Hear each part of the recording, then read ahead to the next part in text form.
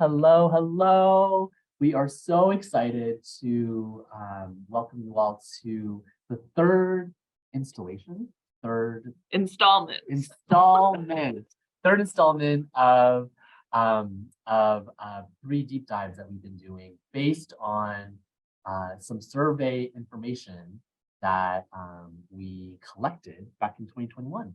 So we welcome you all. We're super, super excited. This deep dive, based on the survey that we did for all of SFAR's membership, will be on equity and inclusion at work and in the workplace. So we're super excited, and we'll just jump in and get started. Yeah, just some super quick housekeeping.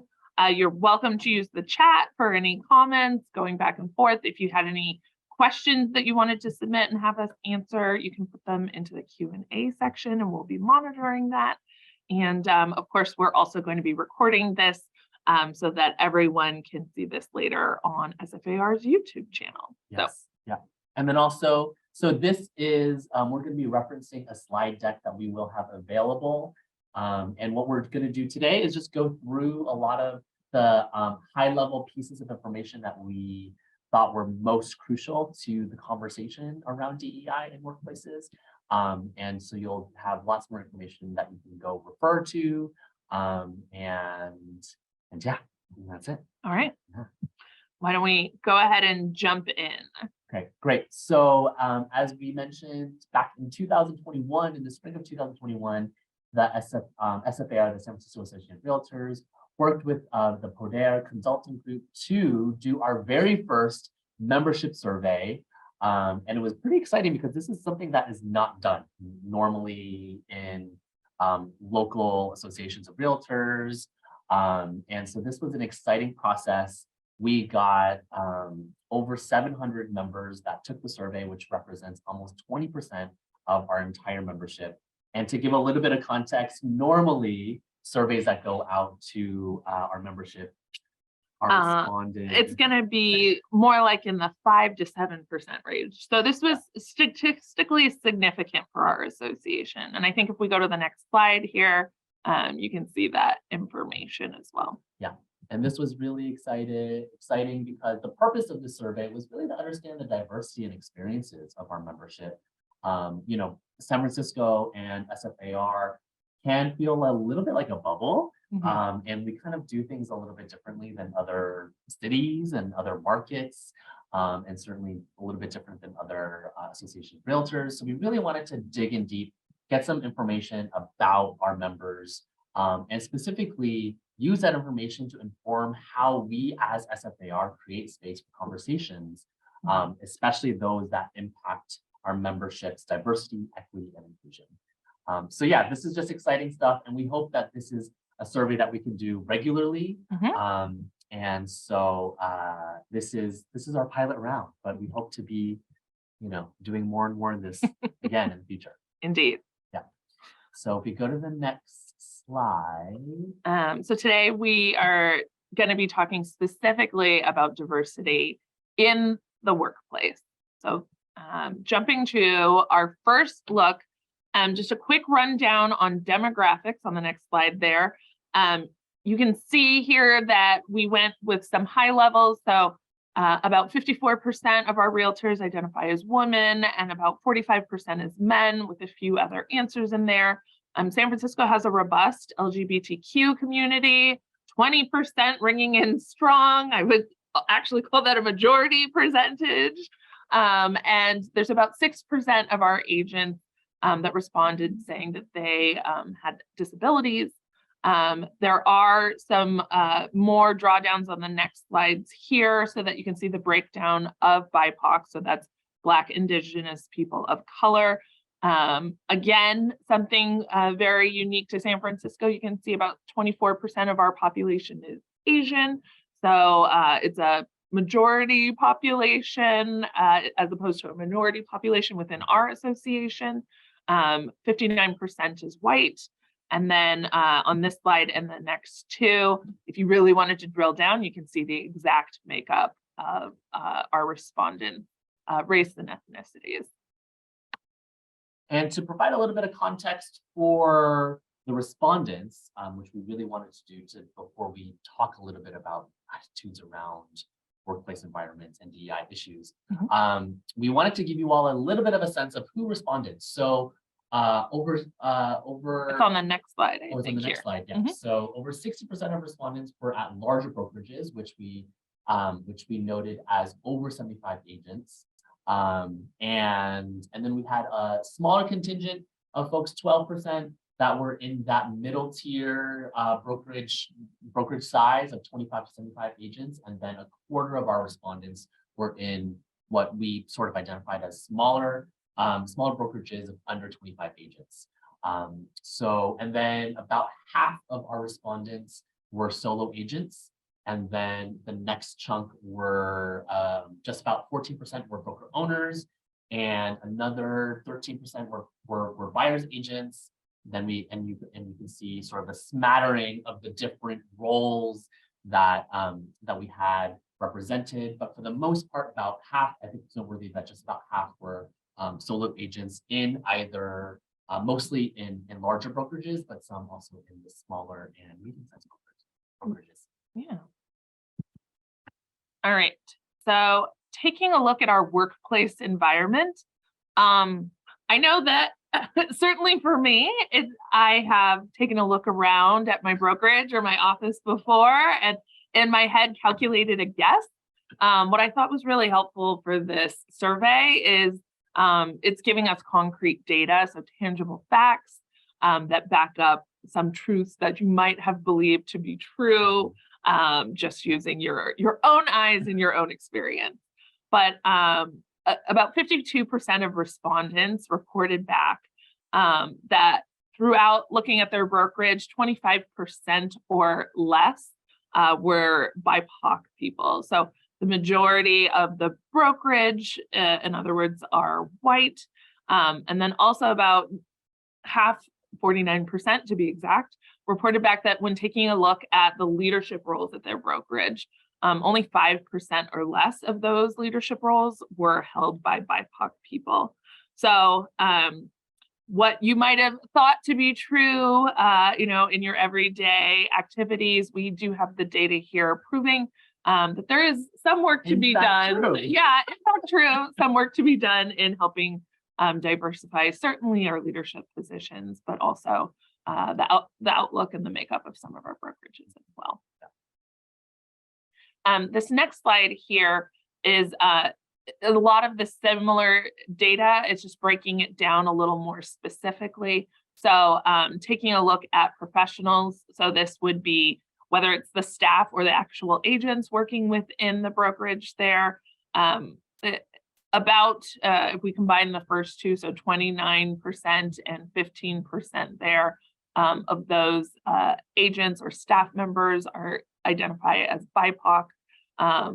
And then there's 5% or less of those once you take a look at leadership. Yeah. Okay.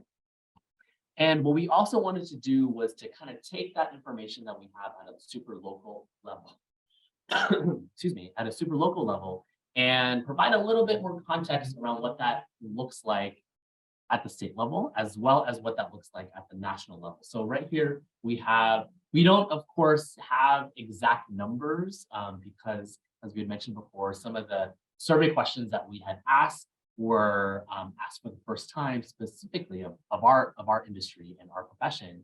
So we don't have statewide data or US data that is quite similar, but we want to provide again some additional context. So for here, in all of California, the civilian labor force in 2023, more than half of the civilian labor force in California are non-white. And so this, I think, is very helpful. This was pulled from the Bureau of Labor Statistics. So pretty accurate data. And in this pie chart, we're showing what it looks like in California. And also just to note that this is for all people in the civilian non-institutionalized population, classified as either employed or unemployed. And so yeah, so helpful context just for the state. And then we'll move to. So our numbers, for example, the realtor population had about 59% of respondents being white, whereas if you're going to compare our association at the state level, the white population is actually a minority at 40%. Yeah. So there are some differences. And then this was what we also wanted to extrapolate was a little bit of context around diversity of leadership in the US. So this is a little bit of an older piece of data from 2019, but 13%, the representation of ethnic minorities on executive teams in the US was 13% in 2019. And this is, again, there's nothing really quite similar to this in California. And this is a little bit older, but I think goes to show that yes, in fact, across the U.S., the leadership of executive teams across the country is still pretty not diverse and reflects pretty much that 5% that we have of leadership in our profession here in San Francisco, in our professional community. Correct. Yeah. So looking at the workplace environment for us as a realtor, one of the questions we were really interested to find out about was whether agents had a mentor or someone that they could look to help with a little more one-on-one help in those first couple of years of their profession. I think that most of us, certainly in leadership roles, had a specific person that sought them out, who helped them, who got us to where we are here today. And so we did poll on this to see if the respondents would differ, and very happy to see that there was really no statistical difference between BIPOC members and white members who had a mentor, which is great. It means that, same amount of people are being helped. So 58% of respondents did have a mentor helping them, and that was pretty much true across the board. And then I think the only other thing that before we move over to our next slide is, of course, again, both Vanessa and I have really benefited from mentors, and so many of our colleagues have benefited from mentors. So I think the takeaway for me is that, yes, it's great that almost 60% of respondents had mentors, but also that means that 40% did not. And just that is such an opportunity that we can think about when it comes to how do we really, really institutionalize and bring even more mentorship and support to our entire profession. Yes, absolutely. We all want to give back, and we all want to lift everyone up, improve our industry. Jumping on over. Oh, so this is a survey question that we had about how important do you think it is to talk about racism, power, and privilege in our profession? So the good thing is that over 75% of both BIPOC and white respondents did say that it was important to talk about racism and power and privilege in our profession. And over half of all respondents said that it was very, very important to talk about these DEI issues in our profession. And I think that's a true testament of our San Francisco community and environment. These aren't things that just magically disappear or we don't speak of. So we were really happy to see these numbers from our membership. If we talk about equity inclusion from a workplace, we asked the respondent, did you feel like you were given the same opportunities as your peers in the world of real estate? And I was actually very excited to see these numbers and very happy to see that both within BIPOC and white respondents, over 60% agreed or strongly agreed that they'd been given the same opportunities. It does go to say, as you would expect, the numbers are a little bit higher for people that disagreed in the BIPOC community. But the majority of our agents feel as if they're being judged on their merit instead of on how they present themselves to others. So very happy to see that that is happening the majority of the time. This next piece of data is a really, really interesting one. And in many ways not surprising, and also in some ways pretty surprising for us, but in unexpected ways. So the question is, or the prompt was, there are neighborhoods that I choose to avoid working in because I don't feel safe. So we actually had 44% of BIPOC respondents say that they agree or strongly agree that there are neighborhoods that they choose to avoid to work in because they don't feel safe. Whereas a quarter of white respondents said the same thing, that they agree or strongly agree that there are neighborhoods that they choose to avoid working in because they don't feel safe. So this was interesting because we thought it would be the reverse, right? We thought that if you watch modern media, yes, you would think that it might be the white population being afraid to go into some statistically or historically BIPOC neighborhoods. Yeah. But in fact, it is the BIPOC agents that are feeling uncomfortable or unsafe going into spaces that are catering to likely a white population. Right. And a significant number of people say that they're uncomfortable being in certain parts of the city. Yeah. So obviously lots of work left to happen here. It's also very helpful to us as an association seeing these numbers, because this is information that we can bring back directly to brokerages, to leaders, to have a conversation with their agents, to talk about, let's get groups together to go on tour. Let's do some introductions when you're at open houses or meeting other agents. Getting people to feel comfortable in their city and not necessarily just the neighborhoods that they live or predominantly work in. And so this is definitely really helpful for SFAR because we can build some education and some programming around this to try and shrink those numbers. And it does speak, I think, to a trend where we do see BIPOC folks feeling unsafe because they may feel that they may be targeted in certain kinds of ways, whether that is by people on the street or by institutional organizations. So I think that this relates to a lot of the things that very much are not just real estate related when it comes to DEI, but overall DEI issues and conversations. Absolutely. Yeah.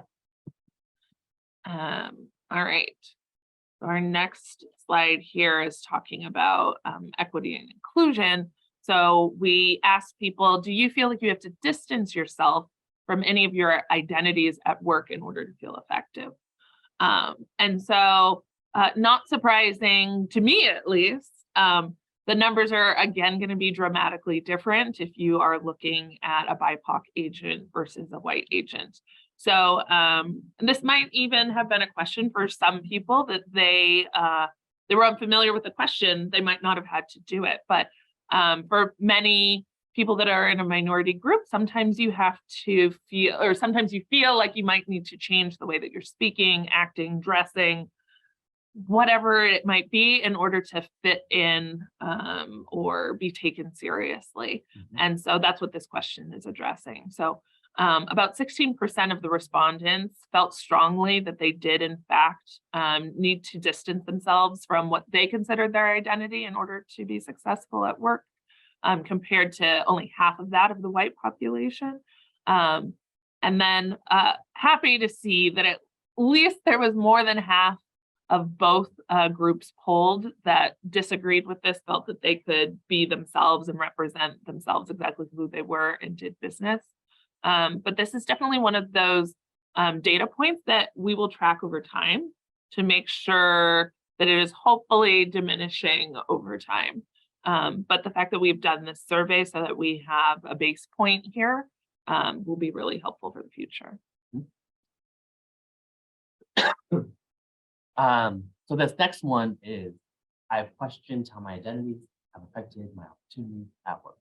So 33% of BIPOC respondents have questioned how their identities have been affected at work, compared to only 17% of white respondents. So we thought this is also related to a lot of the data that we've been talking about, which is that there's almost twice as many two times as many BIPOC respondents who have questioned whether their identities have been affected, have affected their opportunities at work.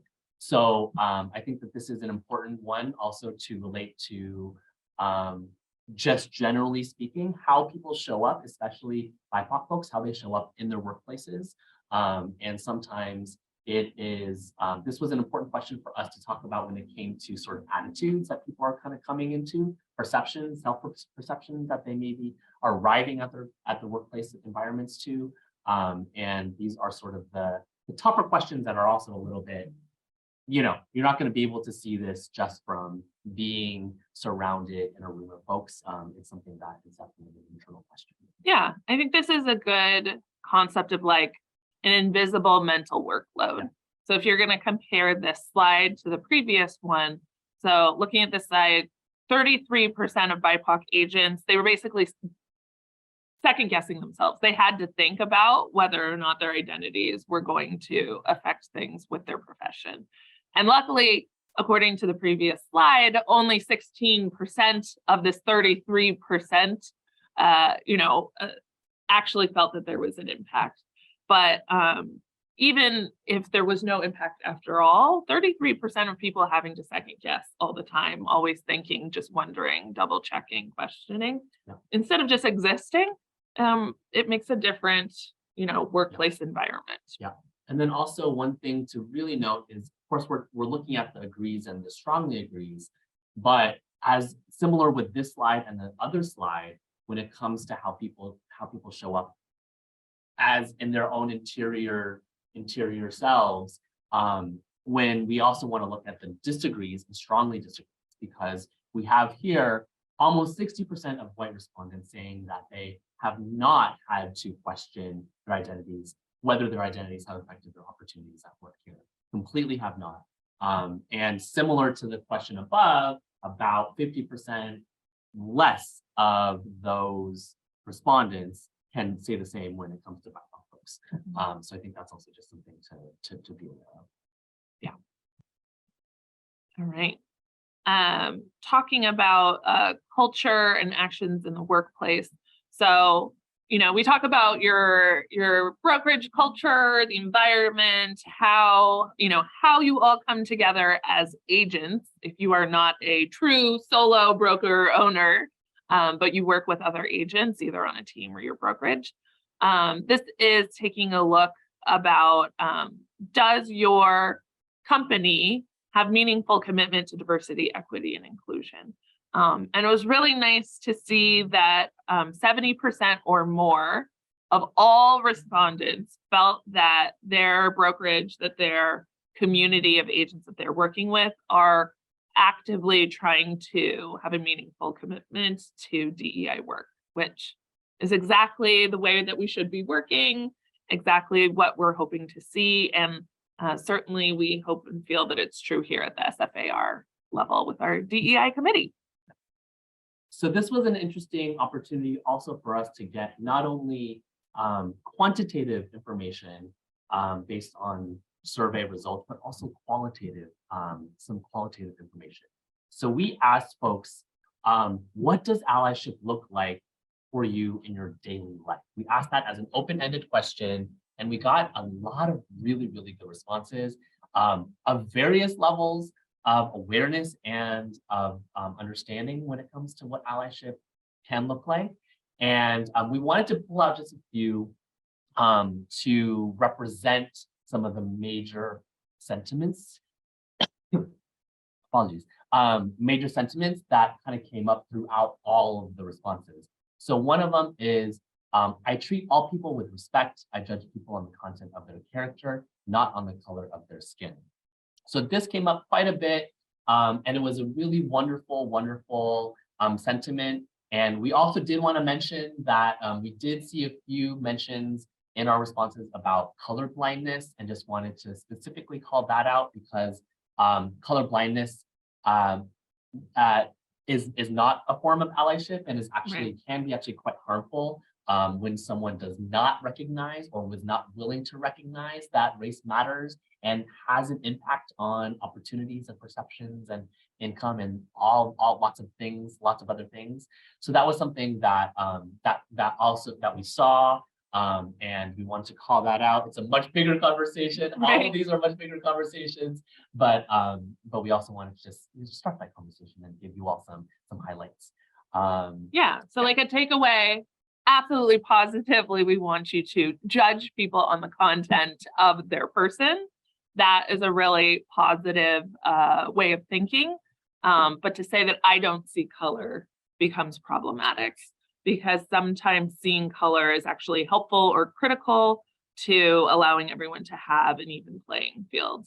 If you don't see color and someone walks into your open house and it is clear that they don't speak English, and you're not going to be able to speak their language, if we don't see color, that's an example of, okay, I have not prepared. I don't have another agent with me to help speak the most common language in this neighborhood. Yeah. If you had thought ahead of time and realized that, this community is made up of a huge population that speaks X language, and perhaps you're hosting that open house with someone who also speaks that language, then you're truly serving everyone in that community. So that's an example in the real estate world for when being colorblind could be harmful instead of helpful. Yeah. And then one of the next things that we really wanted to pull out that we saw as a trend and sort of a pattern is folks building awareness. So this was really great. Nearly 2 in 10%, nearly 2 in 10 respondents shared all sorts of different ways that they're building awareness of DEI issues and thinking about their biases, and doing all kinds of reading and engaging in dialogue, trainings, that sort of thing. Self-reflection, of course, is huge. So we saw a lot of this as how people practice what allyship can look like in their daily lives. And that was, of course, wonderful and positive. Yeah. And carrying on with that, taking action within their work or their workplace. So I know I have seen many agents jump to in social media posts. We collectively, as an association, changed the wording that we were using in our descriptions to be more inclusive, and pretty much all agents jumped on the bandwagon there. So it's really nice when we can see these positive changes happening, but also nice to know that they're not just happening on an association level, that you guys as agents and as brokers are also taking that back to your workplaces as well, and implying some of these with your hiring practices, speaking up when you hear maybe racist jokes or comments happening. We need to keep that up. We need to keep being allies for one another. Yeah. And then one of the other things that we pulled out was how folks are taking action outside of work and in their own personal lives. We have a life outside of work. I mean, I don't, but other people may. Oh, okay. And this was really, really exciting to see because, yeah, we do bring our whole selves to our work, and we bring in so much of what we do. That line is blurred. That line between work and life is so blurred. Yeah. So when we think about integrity, a word that we're always talking about in this industry, it is about how are we aligning the person that we are in front of clients and the person that we are with our friends and with our family.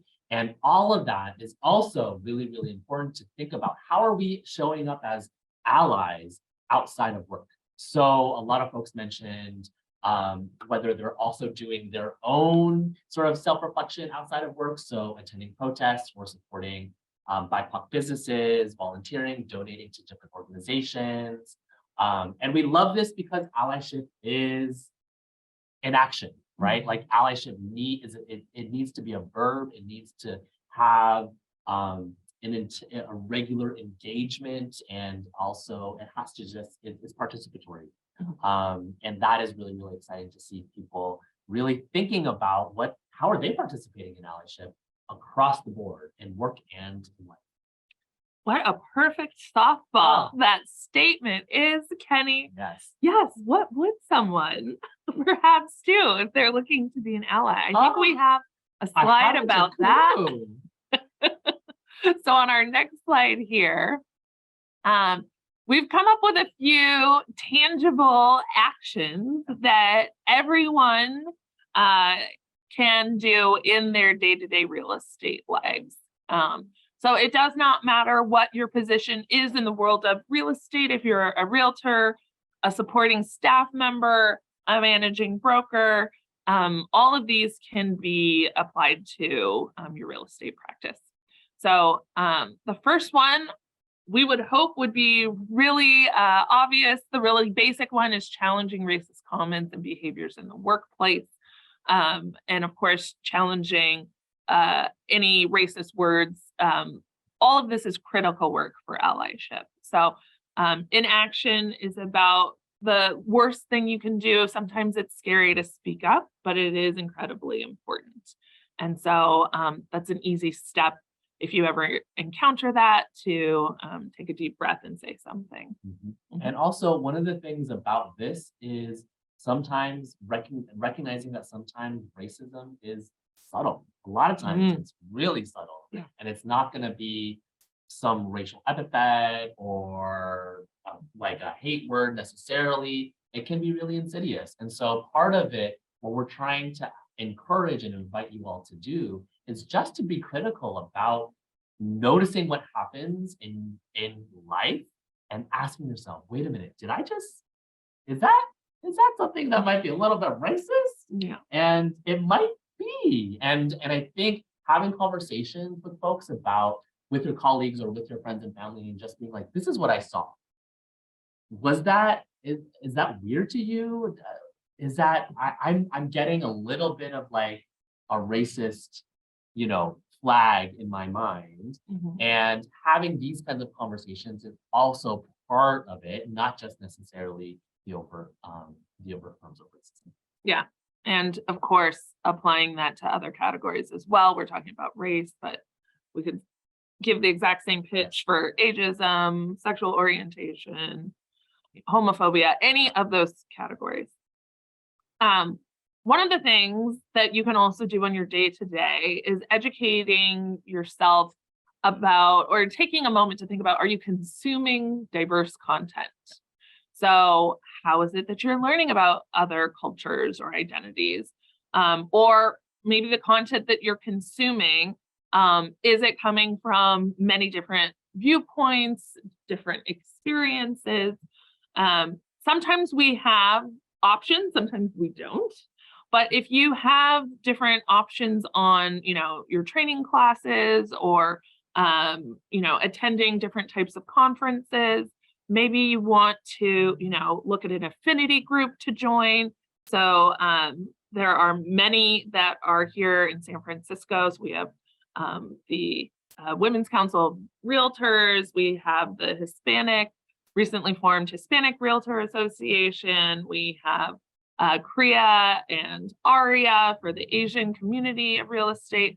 All of these different experiences, if you're attending events or doing educational classes, you're going to have a much more well-rounded viewpoint of something that you might not necessarily think would have other options. But Is there I don't know, is there like a committee or something at SFAR that would be so good. that'd be such a good idea. Obviously, we have the DEI, the Diversity, Equity, and Inclusion Committee at San Francisco, where we are very focused on bringing lots of education and information to all of our members. Some of those are webinars like we're doing right now, and sometimes we do in-person events. So anytime that you have the opportunity to learn about something from a different viewpoint, I certainly encourage you to do so. Yeah. And then there's so many more conversations that are happening. If you are going to a CAR conference, a CAR conference, or an NAR conference, these associations that we are all members, we have to be members of, actually now have made wonderful, wonderful strides and stands when it comes to DEI. So there's so many more DEI spaces to have conversations about at these larger conferences, to have great dialogue with people, not just in your market, but in our market, but also in markets across the state and in markets across the country. Agreed. It's really nice when you can find a place, like a safe space, even when you're traveling. Yeah. So applying a DI lens to your everyday choices. So I know as a realtor, you might not think that you have a lot of opportunities, but in fact you do. Even if you are just a solo agent or solo broker owner practitioner, you make choices on who you hire and who you work with in a vendor arena every single day. And so you are actually given the opportunity. Take a look at that list of lenders that you refer your clients to. Is everyone on that list male? Are people on that list predominantly white? Do you have the opportunity to perhaps go out there and meet some other lenders? We all know they would love to have coffee or lunch with us. You might have a great opportunity to diversify who you are recommending, to give opportunities to other people. I know there might be a favorite lender out there that works magic. There might be another one who looks very different and just isn't given the opportunity as much. So I encourage you to think about who you're hiring and who you're referring. And that can be applied to, anybody that you are hiring directly or referring to your clients. Mhm. And then also CAR has a fair housing challenge that any agent can participate in. We might be able to get either our lovely staff members, Genevieve or Tam, to drop into the chat the link to the CAR challenge, but if not, we'll be sure and have it uploaded by the time we put this webinar in YouTube. But there are 3 classes that you can take. They are all online. You do have the ability to do some in person, but they're all available online at no cost. And if you complete those 3 online courses, CAR is basically saying that you have taken the extra step. You're really committed and devoted to demonstrating your commitment to a more diverse and equitable real estate business. And so we encourage agents to check that out. I know I've done one of my 3, so I'm a third of the way there. So of course, this is just for agents, and then we'll move on to our next one, which is a call to action for brokerage firms. But this is just the beginning of the conversation. There's so many different ways. We only had a single slide and we only wanted to put up a single slide, but there's so many different ways to engage and to take action. So for this next one, our call to action for our brokerage firms, this is whether you are a leader in a brokerage firm or you're just a part of a brokerage firm, right? This is every single one of us as agents, at least for agents, are part of brokerage firms. So if your firm in your brokerage and your company are not doing some of these things, this is a great opportunity to just invite them to the conversation, offer some resources. But all of this is to create workplace environments that really authentically build equity and inclusion. And so some of the things that we as a committee recommend for folks to consider is to, first and foremost, to create space for staff to build awareness of power and privilege. So a lot of times people just need a space to think about what power and privilege, what diversity, equity, and inclusion could look like in their own workplaces so that they can be asked the question and invited into the conversation. So this is such an important thing. People also, like we had talked about, a lot of people want to be allies, but they don't know how to be allies. And so having spaces to talk with your coworkers as a company is a really important place and a really important part of actually creating a good culture that really, really also evokes a positive engagement with diversity, equity, and inclusion. So providing opportunities for folks to learn what some of these key concepts are, even the basics, to have conversations of maybe books that folks are reading or movies that people are watching or articles that people are reading about diversity, equity, and inclusion, about some of the news that's been coming out when it comes to how diversity, equity, and inclusion has been showing up in our industry, for better or for worse. Like, these are all examples of real-time news events and real-time things that are happening that you all can create spaces for to learn and discuss and actively create, again, a culture of diversity, equity, inclusion within your company. Yeah. And then, of course, implementing practices and policies that are going to be promoting equity inclusion. So sometimes this is as simple as, hiring policies or annual reviews. This is the place where being colorblind can actually be really big detriment to a brokerage. Yeah. And so perhaps you've taken a look and you've realized that your staff makeup or your leadership makeup is very much lacking in diversity. You can choose to make a commitment. You can say that, okay, the next person for this role that we are hiring, we're giving priority to BIPOC applicants. Sometimes you have to, in fact, see the colors in order to help make the changes. And so applying a DEI lens to all of these practices, the way that you run your company can really benefit everyone in the end. And this is structural too. What we're talking about is what are the actual policies that is written into how your brokerage is run. These are all the things that are not only going to help when you have someone who is a rah cheerleader for DEI in your brokerage, that individual person who's like, let's talk about these things. It's actually thinking about how can you put into place the policies to ensure that you're institutionalizing some of these conversations and ensuring that in the future, when you don't have someone necessarily cheering these conversations on, that you still have the opportunity to incorporate, again, DEI into your culture and into the actual infrastructure of your brokerage. Yeah. And one of the nice things is once it gets going, it kind of starts to feed itself. I know that Kenny and I both sitting in leadership positions, once you put us in charge of something, then we'll take a look at the roster and be like, hey, we actually need to invite some more of X, Y, and Z to this conversation.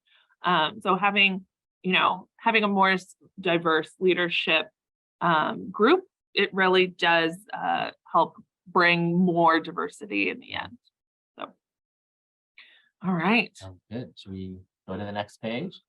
I think this is our last slide here that we're going to leave you with. So we're not going to cover all of this, but we did find that this was a really handy little snippet. And I also know that SFAR is going to be putting this out on their social media plays. So just a really quick screenshot that you guys can do. But for those who are looking to foster allyship, who want to improve their qualities as an ally, who maybe didn't exactly know what being an ally was, aside from, yes, I want to help, or yes, we need to change. These are some really specific and tangible items. So we're going to make sure that everyone has access to this to share so you can help implement some of these or share it within your own team or your own brokerage. That's a good thing to post in the kitchen on the fridge of the office, someplace everyone will see it. So, but I do want to thank everyone for joining us today. I think we answered all of the questions that were in the Q&A, but certainly if you guys had anything else for us, you're always welcome to reach out. You can email the diversity committee. And of course, Kenny and myself are always available to you. We're just one Google search away for our email. But thank you so much for coming today to participate. And I just want to say thank you to Kenny for hanging in here with me. And I want to thank Vanessa. We're super, super glad to have been here with you all to talk about some of these important and critical issues and to hopefully it's I'm coughing, but I hope that these conversations are inspiring for you. We hope that you have these conversations with your brokerage, with your colleagues, with your friends and your family, and continue engaging in this work because it's lifelong work. It is. Alrighty. All right. Thanks so much, everyone. Thanks, everyone. Bye.